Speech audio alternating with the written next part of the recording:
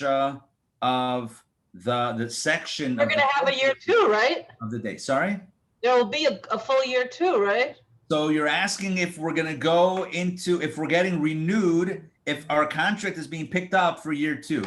It depends on the ratings. I mean, it's like anything. It's like, will Netflix bring back the show or will they like end it on the cliffhanger? So my intention, I'm hoping we get picked up for year two. I would love to do it, but we'll bring it to the audience and we'll ask if we should come back for year two. I would love to. There's still more Torah to explore, to excavate, if you will. And then each time, even if like for me, it just, the more I do it, even it's the same portion, you always learn more. Yeah, always. And the jokes are different. Sorry? And the jokes are different. Well, some have argued that the jokes kind of stay the same, but the goal would be, I have to speak to my kids because Shalom actually has a nice repertoire of jokes. Please God, we'll try to get some new material in year two. But yeah, that should be nice. I think we should get like a new logo, new branding, new image, and really get this party started. All right, good. I like it. All right, so let's get rolling. So this is Daily Power Parsha. It is Wednesday, March 3rd. Wow. 3.3.21. 3 and 2 plus 1 is 3 also. So that means that threes are wild, which means chazaka, which means that we have to have a lot of energy today. So let's jump into our reading. And by the way, if that didn't make sense, don't worry. It also didn't 100% make sense to me, but you don't see me complaining about it, right? I'm still rolling with it. So let's roll with it. Tisa is our Torah portion. We read about the sin of the golden calf. That was a pretty big one, if you ask me, and also if you ask God and Moses, frankly. It was a pretty big deal. But the good news is that Moses was doing his thing. He was advocating, first Jewish lawyer. He was doing his thing to defend the Jewish people. And as we discussed yesterday, some were punished, but the vast majority, were forgiven. But as we ended off yesterday's conversation, there was a mention by God, and let me get to where we ended off yesterday to show you what I'm referring to. God tells Moses, by the way, I forgive you guys, or I forgive the people, but I still don't want to hang around I'm still not coming over for dinner. You know what I mean? It's kind of like, listen, I'm not upset. I don't wish you ill. I forgive you. But do I want to go to Six Flags together and ride the roller coasters with you? I don't know. I'm going to find someone else to do that, right? Are we going to go out to dinner? Maybe not. So God says over here, wow, what a long reading. Wow. Yeah, there's a lot of stuff that we covered. Essentially, God says here, Exodus 33, verse 2, I will send an angel before you. So God says, I'm going to keep my promise. I will drive out the nations. I'll bring you to the land flowing with milk and honey, whatever. All that's going to happen. So nothing about the end game is going to change. I'm going to stick with my promise, but yeah, I don't know that I'm hanging out. I don't know that it's going to be me. I'm going to send the rep. I'll send the representative. I'm going to send the angel. This is where, and then even Moses is still kind of, not so keen on what happened. So he moves his own tent outside the camp. That's how we ended off yesterday. So God and Moses are both like, things are still a little tension.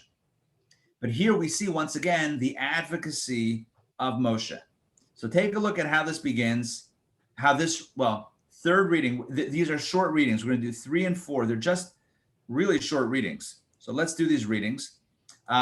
Exodus 33, verse 12. Moses said to the Lord, look, you say to me, bring this people up, but you have not informed me. One second. But you have not informed me whom you will send with me. Look at that line. He's telling God, you told me to bring this people up to the land of Israel. Up means to the land of Israel. But you have not informed me with whom you will send with me. In other words, you said an angel, I'll send an angel with you. I need more details. And essentially, he's not asking, oh, hey, Max, good to see you. He wasn't only asking for like the name of the angel and a cell phone number in case they got, separated or something. It was more of, I'm not so happy with this arrangement of only having an angel. And I feel like you're kind of, letting us, just letting us dangle out here. And you said, Moses continues, I have known you by name, and you have also found favor in my eyes. Right? So a few things. First of all, you told me that this is, again, Moses speaking to God. And he's a little chutzpah here. He says to God, look, you're telling me that the mission stays the same. We're supposed to go up to the land of Israel, and I'm supposed to be leading them up. Sure. Where's the spiritual protection here? Who's doing that? You said angel. I don't know what angel is. I'm going to send an angel with you. What is that, like an MLB trade, Major League Baseball trade, and for a player to be named later? Like, what is that? Like an angel to be named? Oh, yeah, we'll send an angel. Like, give me details. But it's not just I want details. It's I want you to get back with us. That's what Moses' end game is. But look at how he gets there. So he says, you haven't told me who's coming with us.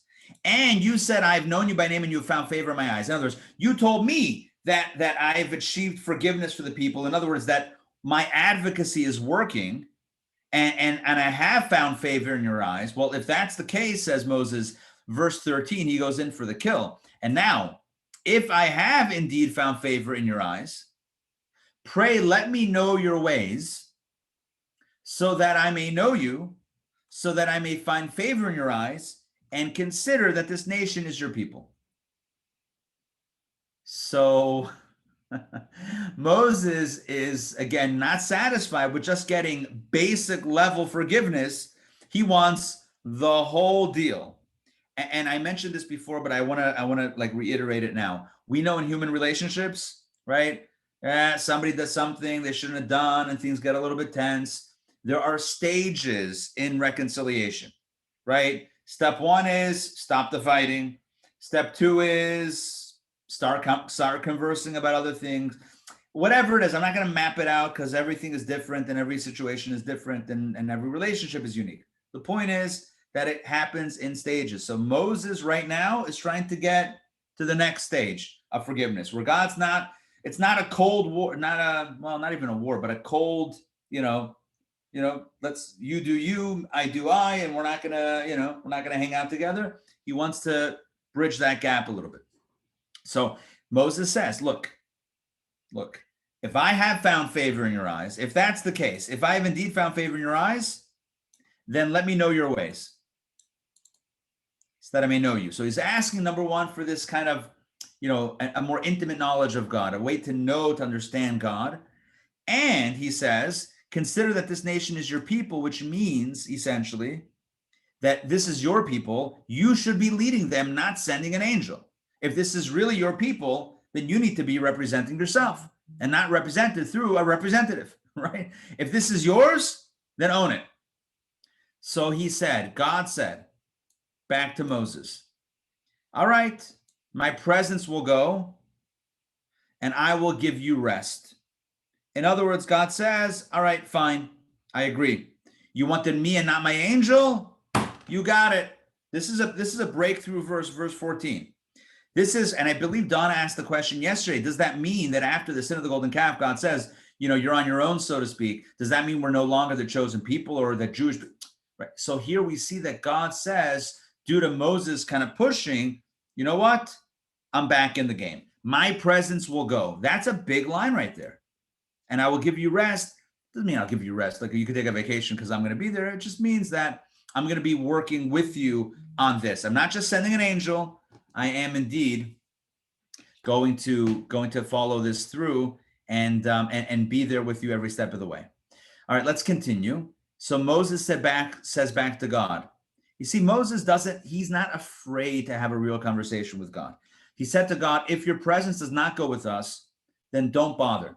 Then do not take us up from here. In other words, God just said, I will send my presence. And Moses is like, you better, because if you don't, then we're not even going. That's what he says. If you're not going to go with us directly, then there's no point, right? We didn't do this. We didn't follow you into the wilderness. We didn't say, yes to the Torah. We didn't do all of this stuff to hang out with an angel, right? That's not why we're here. We're here for you and not for anything else. By the way, this is a very deep idea. I think it's a very deep idea that's brought in Kabbalah as well, and through the following parable. You know what? I'm going to stop sharing because I want to share, because I want to tell you or share with you this. I think it's a beautiful parable. Tell a story about a fellow who is invited to the palace, to the royal palace. He's never been, right? Never been. He goes to the royal palace. By the way, parenthetically, anybody been to Buckingham Palace before in England? Yes? Yes? I have. I was outside. I wasn't inside. Outside, yes, that's what I was going to say. Outside, yes. I didn't have tea with. Oh, Sandrine, yeah. Did you go inside? No. No. Yeah. I don't think they. Whatever. I don't know how that works. But imagine. So the story goes that one day this guy. You can go inside in the summer. I think in August when the Queen is on vacation. Oh, when she's out. Do you remember that story where somebody ended up in the Queen's bedroom? Somebody broke in. That was a crazy story. Listen, I'm not going to ask Joy. By now, you know, you don't even need to fact check me. I'm kidding. No, but you remember that story, right? That was a crazy story. Some dude just breaks in and whatever. Anyway, but getting back to our tale, this is a parable brought in Kabbalah. So this guy is invited to the king's. Wait, hold on. No, a few people were invited to the king's palace. A few people. So the tale goes like this: that the first guy walks in and he sees like the magnificent, I don't know, like the grandeur of the building, and he sees like ministers and officers, and he gets carried away with the beauty and with the ministers, and and he gets distracted. And the second guy also gets distracted. Third guy gets distracted.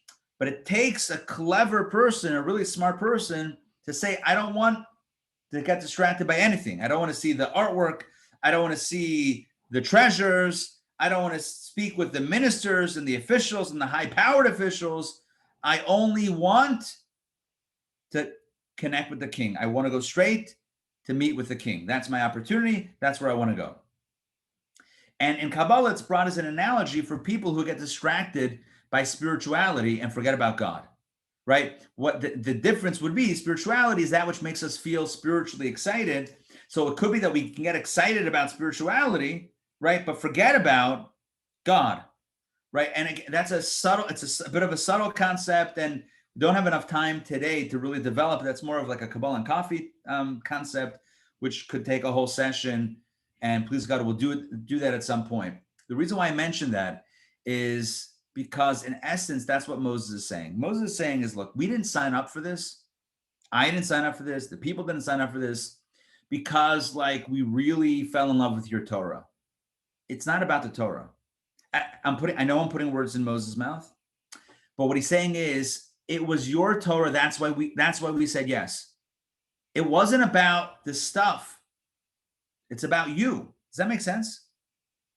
Because it was your Torah, that's why we said yes. Because it's your promised land. That's why we're looking forward to it. We're not in it because it objectively has its own value. To us, the value is that you value it. If you value it, then we'll value it because that's how we hang around you. That's how we get to hang around with you. But if you're telling us that, you know what, you're not going to hang around with me anymore, but you get the Torah, you get Israel, Moses says, but that's great. My intention, by the way, is not to diminish those things, but to understand the means and the ends, so to speak, right? The core of it is not about, the Jews, they love the Torah. They really wanted 10 commandments. It was God. It was about God. And so Moses says to God, if you're not going to go with us, then we're all not going to bother going up. That's literally what Moses says. After God says, my presence will go with you, well, I will go with you, Moses says, okay, great, because if not, then we're not even going to go in, because we're not looking to go to Israel. That's not a thing in and of itself. We're looking to go to Israel because that's where you want us to be, and that's where you're going to be. But if you're not going to be, it's almost like going on vacation. I think I used this example recently in a class, but going on vacation with a loved one to Hawaii. right? Is it about Hawaii or is it about spending time with with a loved one, right? What's the agenda? So your loved one says, you know what? I'm not going to go, but enjoy your trip. Enjoy your trip. What kind of trip? I'm not looking to go to Hawaii. Now, by the way, I know it's a bad example because people might be looking to go to Hawaii without anybody. I'm not saying it has to be like this, but I'm just giving a scenario where a person might say, I'm not going to go without you. The whole point is to go with you. That's what Moses is saying to God. I used the word chutzpah before. It's kind of chutzpah, but it's what it is love. It's real love that is just expressing itself in a really honest and unfiltered way, right? It's not really chutzpah. It's honesty. It's a real relationship. It's a real honest relationship and a real honest chat with God. I think it's quite powerful. All right. I mean, not that the Torah needs my on the back and say, oh, Rabbi Sollish thinks it's powerful. It's Torah, right? But I'm just saying that this dialogue resonates with me just very strongly. Okay, let's continue. We're going to do the last verse of this reading, and then we're going to jump right into the next. Okay. For how then, says Moses, on a logistical level, if your presence does not go with us, then how then will it be known that I found favor in your eyes, I and your people? Is it not in that you will go with us? In other words, how do we know? How do I know? How does anybody know that we're okay, that we're in a good place in our relationship, right? If not, that you will go with us. So that is the clearest indication. I actually want to get back to my my Hawaii example. If there's an issue, if there was an issue that came up in the relationship and whatever, and then there's this trip that's been planned for a while, and then the other person says, I forgive you. It's fine. We're good. But you know what? I'm just not feeling, I just don't want to go. But you should go. You know what that means? We're not good. We're not good yet. At least we're not as good could be. Right? Like I said before, it's a step, but it's not all the way. So Moses says, how will it be known that I found favor in your eyes? Is it not that you will go with us? If you don't come with us to Israel on that vacation / the big move, then are we really okay? So then he says, if you do, then I and your people will be distinguished from every other nation on the face of the earth. In other words, then we will know that we have this relationship and this connection together. If not, then clearly, not either number one, we don't know, or number two, we know, and we know that we don't have that type of relationship anymore, and that this harmed it in a way that can't be recovered. So God agrees, and the Lord said to Moses, Moses was such a good negotiator. Seriously, look at this guy. God says to Moses, yes, even this thing that you have spoken, I will do. Yes, all right, deal. I'll make it clear and obvious. I'm with you. You're with me, etc. Everyone will know that we're together. All right, you have nothing to worry about. For you have found favor in my eyes, and I've known you by name. I like that last line. I've known you by name. That kind of indicates the closeness of God and Moses' relationship. Now Moses is not done. Are you kidding? You think he's done? He's not done. He's not done. Moses realizes, as the commentaries point out, that it is an eis ratzon, which means an auspicious time. God is open. I hesitate to use human terms because it's not 100% accurate. But if you want to say God is vulnerable, God is open, God is raw, God is real, God is always these things. But in this context, it's being manifest, right? In a way to Moses. So Moses decides that he's going to ask for even more and see what happens. Roll some dice over here. So Moses says in verse 18, show me now your glory. What was that line in that movie? Lahabdil? Show me the truth. What was it? You can't handle the truth. What was that line? Whatever. Who knows? A few good men. What was the line though? You can't handle the truth. No, but what was the request? Show me the truth. Tell me the truth. Well, Well, all I know, the punchline was you can't handle the truth. You can't handle the truth. Right. So that's essentially what happens here also with Moses and God. Moses says to God, show me your glory, which means I want to see everything. If you're on board with being open and review, then show me right now, me personally, not everybody, but show me everything. God said in reply, no deal. I will let all my goodness pass before you. I will proclaim the name of the Lord before you, and I will favor when I wish to favor, and I will have compassion when I wish to have compassion. And he said, you will not be able to see my face, for man shall not see me and live. Basically, essentially, God says, you'll know when you know, and you'll know what you know, but you will not be able to see everything. I'm going to explain this further. Don't worry. I just want to go through a few verses, and then I'll circle back to explain. And the Lord continued to say in 21, behold, there is a place with me. Oh, look at this. Makom iti, place. One of the words for God, one of the euphemisms for God is makom, space or place. That is the word that's right here. That's when in the traditional line of consolation related to our journey of the soul course, we say hamakom yenachem eschem, may God, may the omnipresent, may the place with the capital P, may God comfort you, right? So that this is the first time I believe in scripture that we find this word associated with God. So God says, behold, there is a place with me. Now that could either mean literally like I got a spot, or space itself is with me. I am the space of the world. The world is not outside of my space.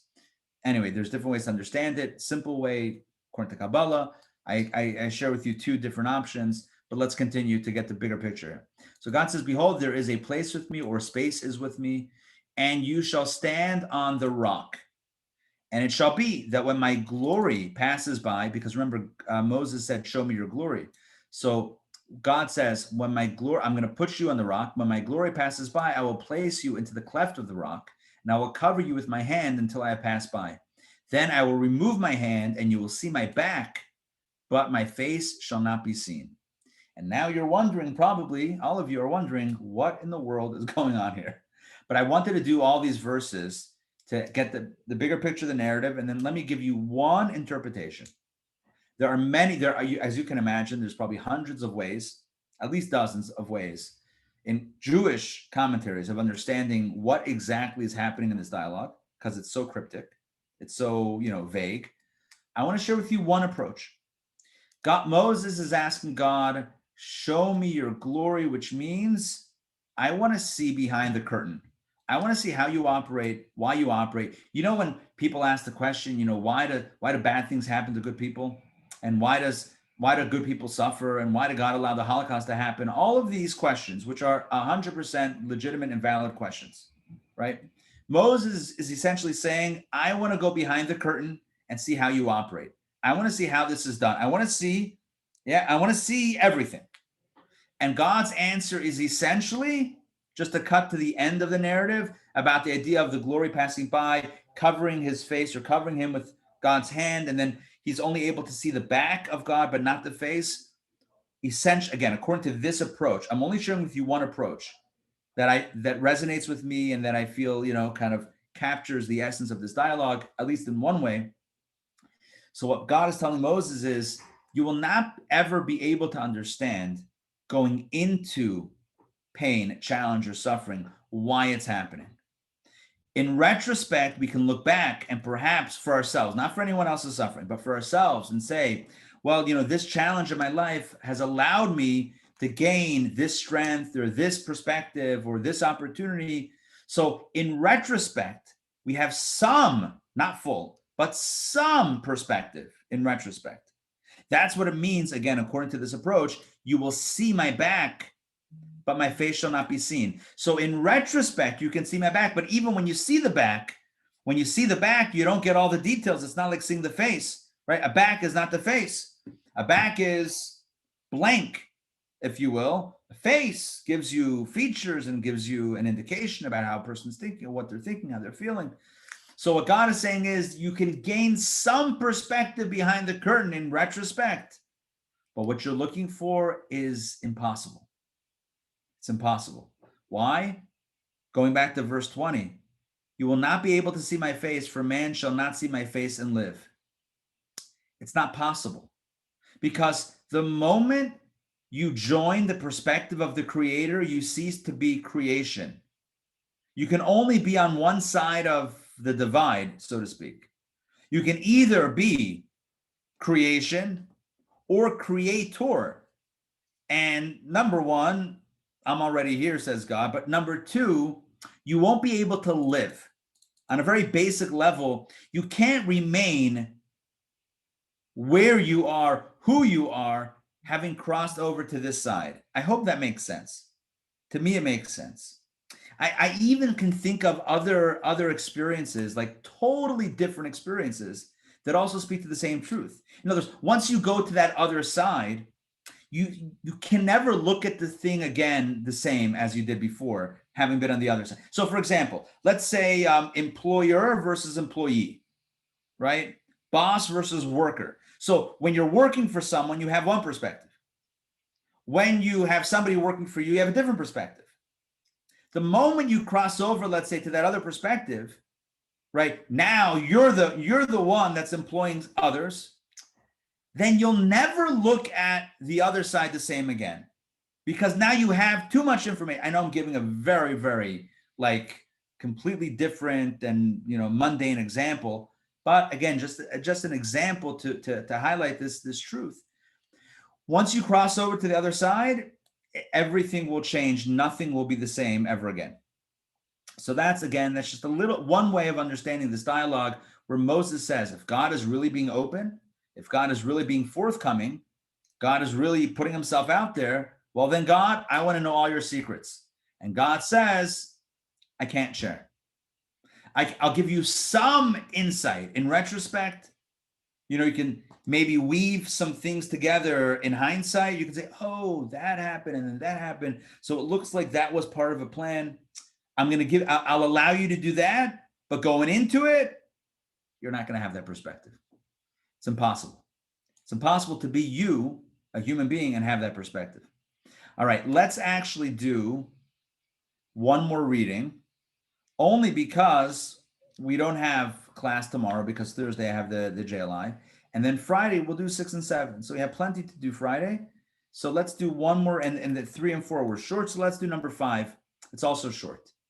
Now, there's one piece that's still outstanding, one mess to still clean up, and that is the broken tablets, right? So forgiveness, and God is going to lead the people there. Everything is kind of reset, but we still have a bag full of glass or whatever, stone that's shattered. So what about the tablets? So here we go. Chapter 34. Lord said to Moses, hew for yourself 2 stone tablets like the first ones. In other words, let's get a new set going here. And I will inscribe, God says, so you make the stones and I'll do the inscription. And I will inscribe upon the tablets the words that were on the first tablets, which you broke. I love how God says, by the way, what happened to the first tablets? Yeah, that was you, Moses, which you broke. Which, by the way, Rashi says that you broke is, one second. What? Where is it? Yasha kochacha sheshibarta. Where is it? It's not in here? All right. It must be somewhere else. Okay, whatever. There are commentaries, and Rashi elsewhere brings it Asher shibarta. Asher could also be understood not just which, like the tablets that you broke or which you broke, but Asher could also mean like Yasher Koach, which means good job. Good on you, mate, for doing it. So God is not just saying that you broke the tablets, but thank you for breaking the tablets, because, as we mentioned yesterday, breaking the tablets was actually destroying the evidence of the fact that what they did with serving the golden calf was a wrongdoing in the first place, because the tablets said, do not worship idols or do not have any other gods. Broken tablets means that record, at least before the cloud backup, that record was destroyed. So God is saying, thank you for breaking the tablets so that we can, start the path of resolution. Anyway, that's just an insight on that. Bottom line is, God says, let's get a second set of tablets going. Be prepared in the morning. for the morning. And in the morning, you shall ascend Mount Sinai and stand before me there on the top of the mountain. By the way, in case you're counting, this is the third time that Moses goes up the mountain. Remember, the first time was right after Sinai, revelation at Sinai. He went up to receive communication for the rest of Torah. The second time he went up was to get forgiveness after the sin of the golden calf. This is the third time he goes up to get more laws and to get the inscription on the second set of tablets. I hope that makes sense. And according to our understanding, our tradition, and Torah also mentions it, each time he was on the mountain was 40 days. So 40, 40, 40. So about 120 days he spent on the mountain total. For this trip up the mountain, no one shall ascend with you, as was the custom in the previous two experiences as well. Neither shall anyone be seen anywhere on the mountain, neither shall the sheep and the cattle graze facing that mountain. So clear the mountain, come on up, and we're going to do our thing. So Moses hewed 2 stone tablets like the first ones, and Moses rose early in the morning and ascended Mount Sinai as the Lord had commanded him, and he took the 2 stone tablets in his hand. Now, I think I want to mention, let me see if there's a Rashi here. Hold on. Where is the Rashi? It must be elsewhere in Torah, but Rashi says, where did Moses get the stone from? It says that he discovered a sapphire mine right near his tent, or under his tent, whatever, and from there he hewed these 2 stone tablets that were made out of sapphire. Let's continue inside. And the Lord descended, verse 5. And the Lord descended in the cloud and stood with him there. So Moses goes up to the top of the mountain, and God meets him coming down to that same top of the mountain. So the Lord descended in the cloud and stood with him there, and he called out in the name of the Lord, and the Lord passed before him and proclaimed. Now, these are the 13 attributes of divine compassion, which we recite for all time in moments of challenge and in moments of petition. High holidays, even daily in our prayers of penitence. Either way, we're reminding God of God's own self-proclaimed compassion. Take a look at these 13 attributes of mercy. Lord, Lord, benevolent God, who is compassionate and gracious, slow to anger, and abundant in loving kindness and truth, preserving loving kindness for thousands, forgiving iniquity and rebellion and sin. Yet he does not completely clear of sin.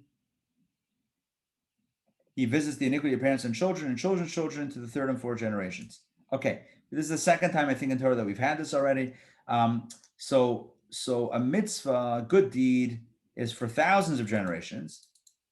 And for iniquity, it's 3rd and 4th generations, which is, again, that raises its own question. Why would children, have any sort of baggage from parents? We're gonna have to leave that. I don't know that I have a good answer for that right now. So let's just leave that question. It's a good question. Let's leave it aside for right now. The bottom line is that overall, without that little last piece, this section is called the 13 attributes of mercy or compassion, where this is God proclaiming, right? The Lord passed before him and proclaimed. God is saying about himself that he is benevolent, compassionate, gracious, slow to anger, abundant in loving kindness and truth, etc. So God is self-proclaiming these attributes. So, for example, on the high holidays, we ask God for the blessings and for forgiveness, and then we say, and don't you remember, God, you are benevolent, compassionate, gracious, slow to anger, abundant in loving kindness and truth, preserving loving kindness for thousands, forgiving iniquity and rebellion and sin, etc. So we actually evoke these 13 attributes of mercy on occasion, and even, again, daily in our prayers, except for Shabbat. Shabbat, we don't ask for forgiveness. We don't mention any kind of penitence prayers, not petitionary.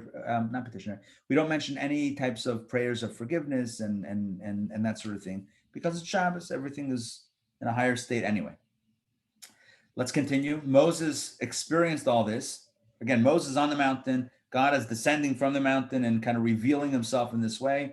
So Moses hastened, bowed his head to the ground, and prostrated himself. And he said, and Moses says to God, God revealing himself in this compassionate modality. So Moses says, if I have now found favor in your eyes, O Lord, let the Lord go now in our midst. even if they are a stiff-necked people. Twice or three times God has told Moses, these people, they're stiff-necked, they're so obstinate. Now Moses is telling God, if you're really gracious, if you're really benevolent, if you're really compassionate and loving and forgiving, then go with us, even if they are a stiff-necked people. And you shall forgive our iniquity and our sin and thus secure us as your possession. You should know that this is the next stage in the arc of Moses' petitions. So Moses, like, in my head, I have like 4 different stages. One of them, he got shot down. That's the last one about, God revealing the deepest secrets. So that petition got shut down. But this one is embraced ultimately. What Moses is saying is he wants to get a preemptive promise. I don't know if that's the right word, but a preemptive promise of forgiveness. Basically, Moses is saying is, look, you're going to come back with us and you're going to lead us, but most likely we will disappoint you again, right? Most likely because they are a stiff-necked people. But I don't want you then to say, well, now I'm out. Let's go in this knowing that more stuff is going to happen that you don't like, but you shall forgive our iniquity and our sin and thus secure us as your possession, notwithstanding what we do or don't do for all time. That's next level. That's next level petition from Moses to God. That's not just forgive us. That's not just, be with us directly, don't send your angel. That's even if we mess up again, I want to guarantee now that you're not going to drop us then and evoke this. I gave you a second chance. That's it. We're done. No, none of that. None of that. You're in. That's the simple understanding. A deeper understanding is take out the word even, because that's in brackets. What Moses is saying to God is go in our midst, not if, but because they are a stiff-necked people. Essentially, what Moses is saying to God is the fact that they're so stubborn, yes, it could manifest negatively, but it could be the best thing also. Because, and just look at Jewish history. I mean, talk about a people whose faith has been attempted to be pounded out of them, and we're still stubborn. We're not going anywhere. Moses says that the quality that's irked you a little bit or that you're mentioning as a negative, I want to flip as a positive. And honestly, you want these people. You want them because they're going to stick with, they may not always get it right. They're not always going to get it right, guaranteed. But they're going to stick with you through thick and thin.